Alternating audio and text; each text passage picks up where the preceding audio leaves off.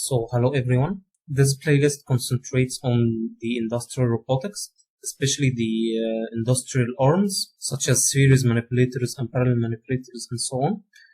By the end of this playlist, you will be able to carry a full study case of an industrial robotic arm, from design to simulation and control. So I hope you enjoy this playlist, and I hope that you find it informative and useful.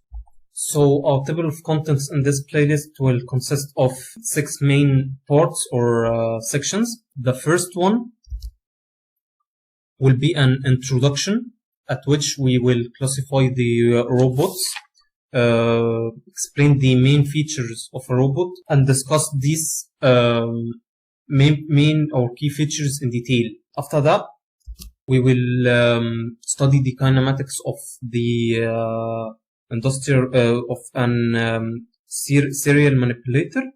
We will do some mathematical introduction at first. Then we will learn the kinematic modeling. After that, we will apply those two into what's called DH modeling for a robot, which is very useful in the robot's kinematics. After that, we will study something that's called workspace. Basically, workspace is the volume in which the manipulator can move freely without any damage. This analysis is very important in something that's called path planning. When you want to move from point X to point Y, or point A to point B, you must plan how this manipulator will go from here to there. If by somehow the manipulator must go out of the workspace, then it will suffer from a permanent damage or mechanical high mechanical stress, and it's not desirable. After that, we will move on to the design step.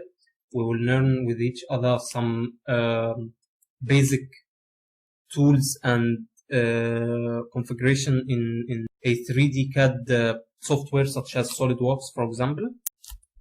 After that, we will go to the mechanical stress analysis by studying the kinetics of the robot analytically. But due to that tedious process of studying kinetics, there is something that's called finite element analysis or FEA. This is used mostly in most of the large enterprises to simulate the mechanical stress that the load or the gravity puts on the manipulator, and figure out whether this manipulator can withstand these loads or not, whether it needs some enhancement or improvement or not. To carry out such an analysis, we need to use some finite element analysis software such as ANSYS Workbench.